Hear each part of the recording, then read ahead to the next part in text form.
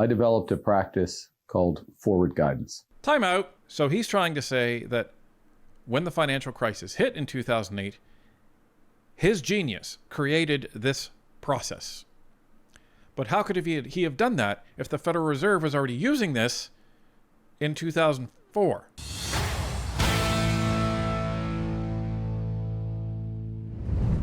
Yesterday on Facebook, Mark Carney said that during the financial crisis, he developed a practice called forward guidance. It's presented as a proven tool for navigating uncertainty and restoring confidence. The problem is with his claim that he developed it, how effective he was at actually using it, and how the practice has played out for the Liberal Party for the last 10 years. The most surprising part of all of this is that Mark Carney is actually telling everyone exactly what his playbook is. Let's take a look. I know from experience that outside forces can sometimes seem overwhelming. My previous jobs at the Bank of Canada and the Bank of England was part of my duties to make regular public reports on what we were doing to manage the economy. And I remember during the financial crisis, when there was a real risk of panic, I developed a practice called forward guidance.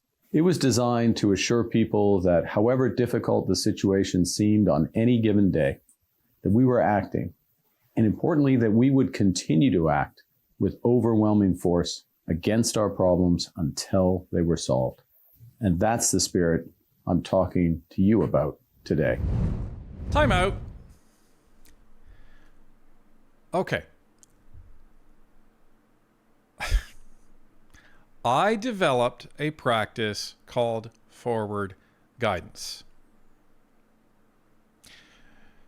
Just like he navigated Canada through the financial crisis, and he navigated England through the Brexit financial situation that was going on in England. What else has he taken credit for that he didn't actually do? That's the question. But maybe the other question is, what else is he going to take credit for that he didn't actually do? Since we don't know that, let's just focus on this. So, his claim, I developed the practice of forward guidance. Don't think so. Ladies and gentlemen, this is the website of the Federal Reserve of the United States. So, it's right here. What is forward guidance and how is it used in the Federal Reserve's monetary policy? Forward guidance is a tool that central banks use to tell the public about the likely future course of monetary policy. When central banks provide forward guidance, individuals and businesses can use this information in making decisions about spending and investments. Thus, forward guidance about future policy can influence financial and economic conditions today. So let's pause right there. Some may say, well, look, it's talking about central banks. And Mark Carney was a central banker for the Bank of Canada and subsequently the Bank of England. So he's telling the truth. Well, just because he's used it, and just because he was a central banker, and just because this says central banks use this, doesn't actually mean that Mark Carney developed it. The Federal Open Market Committee began using forward guidance in its post-meeting statements in the early 2000s, before increasing its target for the federal funds rate in June of 2004. The FOMC used a sequence of changes in its statement language to signal that it was approaching the time at which a tightening of monetary policy was warranted. For a review of that experience, see the effects of FOMC communications before policy tightening in 1994 and 2004. Another example came when responding to the global financial crisis. Wait a minute. Another example came when responding to the global financial crisis. So the Federal Reserve is saying right here that, we basically began using forward guidance in the early 2000s, and we made some statement changes in 2004 to kind of reflect this. And we really started using it as it led into the financial crisis. But wait a minute. Mark Carney said, back in the financial crisis, I developed a practice known as forward guidance. So he's trying to say that when the financial crisis hit in 2008, His genius created this process. But how could he have done that if the Federal Reserve was already using this in 2004? The FOMC reduced its federal funds rate target to nearly zero and used forward guidance to provide information about likely future monetary policy.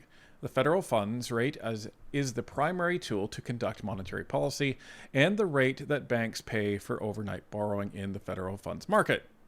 The post-meeting statement issued in December 2008 noted that the committee anticipated that weak economic conditions were, quote, likely to warrant exceptionally low levels of the federal funds rate for some time, end quote. The FOMC's forward guidance subsequently evolved.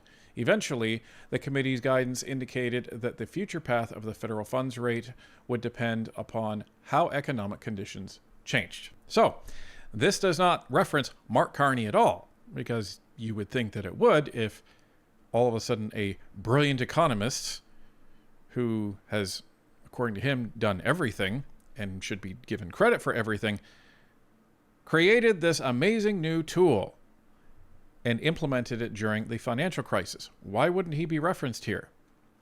Well, we took this one step further because an economist known as Edward Nelson, he actually wrote a paper on this related to the Federal Reserve and their use of forward guidance. Finance and Economics Discussion Series, Divisions of Research and Statistics and Monetary Affairs, Federal Reserve Board, Washington, D.C. The Emergence of Forward Guidance as a Monetary Policy Tool. Edward Nelson, 2021-033. So what does he say? Forward guidance, the issuance by a central bank of public statements concerning the likely future settings of its policy instruments, is now a key aspect of monetary policy in the United States. The study of the properties and implications of forward guidance has also developed into a vibrant part of the research literature on monetary policy and its effects. Even before forward guidance became an entrenched component of U.S. monetary policy announcements, Egerton and Woodford, 2003, had provided a formal analysis showing that public undertakings to adhere to an expansionary stance for a stretch of time might serve as a means by which the monetary authorities could stimulate aggregate demand when their short-term nominal interest rate instrument was currently at its zero or effective lower bound. In the realm of monetary policy practice, limited moves toward the inclusion of forward guidance in the Federal Open Market Committee's post-meeting policy statements occurred in 2003 and 2004. The regulation incorporation of forward guidance into FOMC post-meeting statements began in 2008. This is what the research paper is on. Talks about forward guidance, talks about when the Federal Reserve started using it. And nowhere in this paper does it mention yours truly, Mark Carney. Talks about two other economists, but it doesn't talk about Mark Carney. You would think that if Mark Carney was the guy that actually came up with this, that this research paper would actually credit Mark Carney. Now, who was Mr. Nelson? Maybe he just got it wrong. This is Edward Nelson. He's a senior advisor, program direction section, monetary affairs, and he works for the Federal Reserve. His education, PhD in economics, and a bachelor's of economics in the University of Sydney. This is his resume, folks. So if you want to compare resumes to Mark Carney, this is his resume. So he's been all over the place. And he also worked for the Bank of England back in 2000. So this is a well-read individual, well-educated individual. You would think that if he was actually doing a paper on forward guidance, which is a principle in communicating economic outlook, that you would think that he would be very sure to credit the original authors, which it sounds like he did, which doesn't include Mark Carney. So, yeah, Mark Carney did not come up with the tool forward guidance, as much as he would like everyone to believe. And it's amazing that he doesn't seem to think that something called the internet or Google is actually out there. Never mind the fact he doesn't seem to think that these policies and tools, there's information out there that will refute everything that he says. He's used it.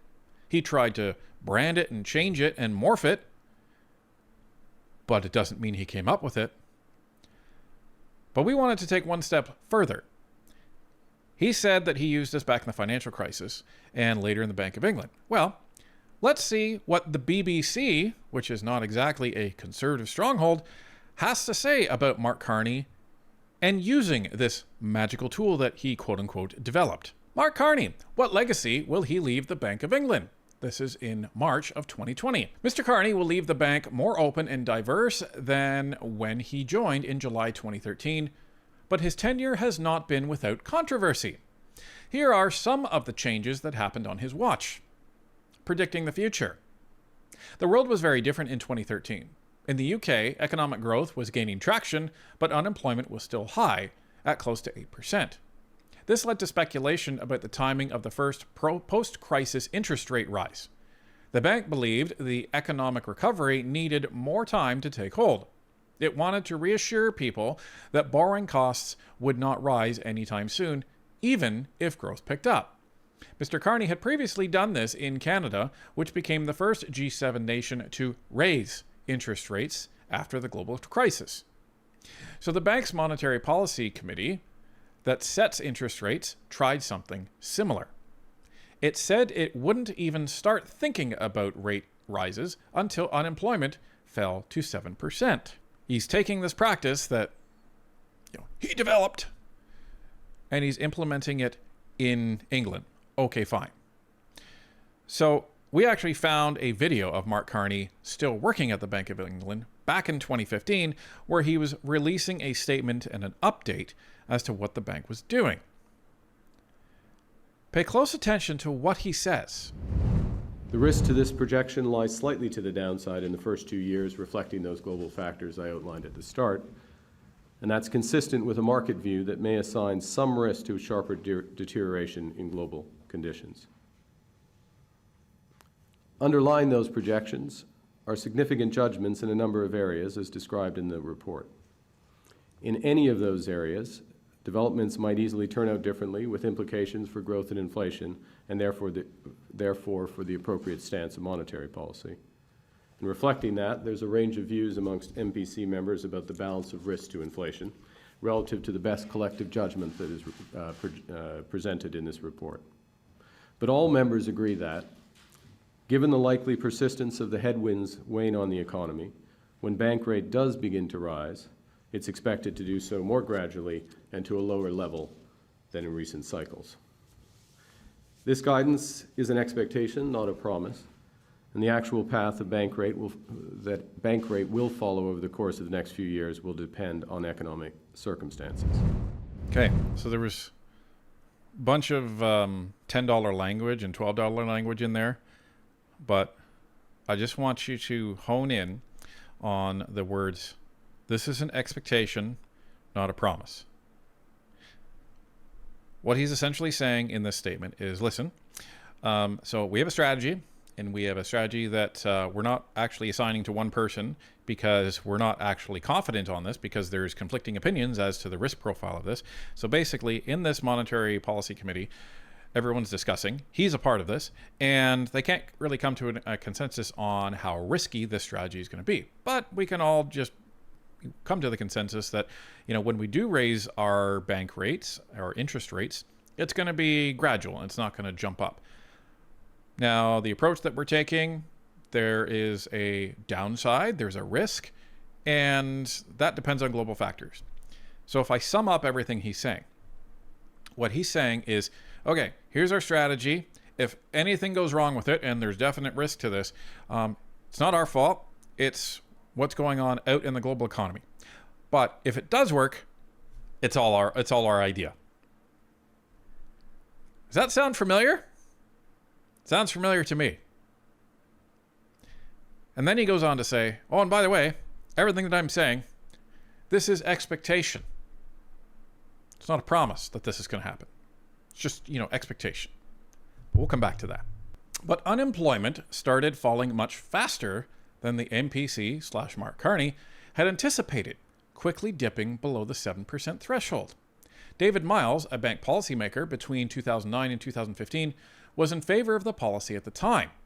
He now says the various caveats made forward guidance confusing. The quick drop in unemployment raised speculation over interest rates. The bank later changed its guidance to state that any rises would be, quote-unquote, limited and gradual. Mr. Miles, an economics professor at Imperial College London, said, quote, "The problem always was that any explicit and public rule to guide future policy would need to be complicated and contain many caveats if it was one that allowed the MPC to react to unexpected events." But that meant the guidance was of the form, we will do X unless Y or Z were to happen, in which case, then unless Q has happened, we will, etc., etc. I think in retrospect, we got this wrong, end quote. Martin Wheel, another former MPC member who voted against the policy, so much for consensus, Mr. Carney, agrees, quote, "With hindsight, people found it much too complicated. I suppose they wanted a simpler story," end quote. Mr. Carney also came under fire for hinting at rate rises, but not following through.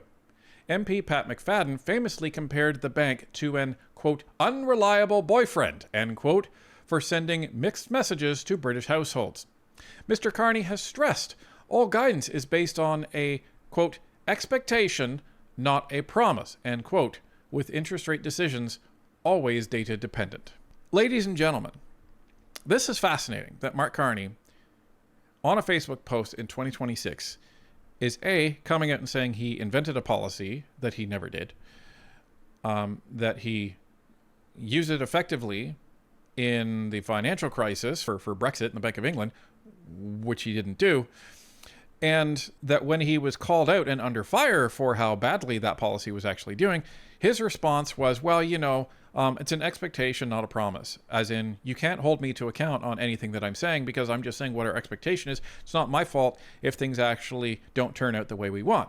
But it is my credit. I will take credit for everything good that happens because it's the policy that I'm implementing. And he says, expectation, not a promise. Why am I harping on that? Because now we look at what he wants to do in 2026. What has he done over the last year in the Prime Minister role of Canada? All he's done is he has made promises and he has said that things are going to happen. Well, we will have the fastest growing economy in the G7. We will have this. We will have that. We will have, apparently he says we have the best affordability in a decade right now, but let's not even get into that one. That's a whole other video. But what he's saying is that all I'm going to do is I'm just going to set expectations. Not going to promise anything. That way, you can't hold me to account. Well, ladies and gentlemen, this has been the Liberal strategy for the last 10 years. And they've said, well, global factors. Well, the United States. Well, everything else. Well, China. But now we're friends with China. So every single thing that happens in the world that is a negative on Canada, it's their fault. And they can't control it because they're an inept government. But anything good that happens in Canada, well, see how brilliant we are and we can make these decisions and make these things happen independent of what the world economy is doing. So you can't have it both ways. But this is Mr. Carney's way of trying to have it both ways. And it's also his way of speaking directly to the Canadian people and telling them that no matter what happens, he was right all along.